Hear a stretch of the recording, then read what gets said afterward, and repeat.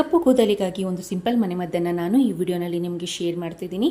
ಈ ಒಂದು home remedy ready ಮಾಡೋದಕ್ಕೆ ಮೊದಲನೇದಾಗಿ 1 ಟೇಬಲ್ ಸ್ಪೂನ್ ಆಗೋಷ್ಟು ಮೆಂತ್ಯ ಕಾಳನ್ನು ಪೌಡರ್ ಮಾಡಿ ತೆಗೆದುಕೊಳ್ಬೇಕು.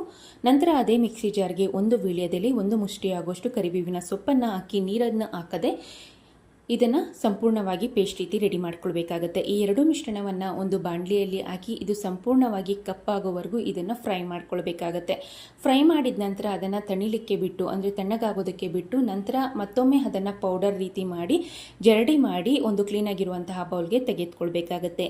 ನಂತರ ನಿಮಗೆ ಎಷ್ಟು ಬೇಕೋ ಅಷ್ಟು, ಅಥವಾ 1-2 ಟೇಬಲ್ ಸ್ಪೂನ್ ಆಗೋಷ್ಟು ತೆಂಗಿನೆಣ್ಣೆ ಅಥವಾ ಹರಳೆಣ್ಣೆನ ಹಾಕಿ ಚೆನ್ನಾಗಿ ಮಿಕ್ಸ್ ಮಾಡಿ ಇದನ್ನು ನೀವು ನಾರ್ಮಲ್ ಆಗಿ ಹೇರ್ ಡೈನ ಯಾವ ರೀತಿಯಾಗಿ ಹಚ್ಕೊಳ್ತೀರೋ ಸೊ ಅದೇ ರೀತಿಯಾಗಿ ಹಚ್ಚಿ 2 ಗಂಟೆಗಳ ಕಾಲ ಹಾಗೆ ಬಿಟ್ಟು ಆದಷ್ಟು ಉಗುರು ಬೆಚ್ಚಗಿನ ನೀರಲ್ಲಿ ನೀವು ಯೂಸ್ ಮಾಡುವಂಥ ಶ್ಯಾಂಪೂನ ಯೂಸ್ ಮಾಡಿ ಹೇರ್ ವಾಶ್ ಮಾಡಿದ್ರೆ ಆಯಿತು.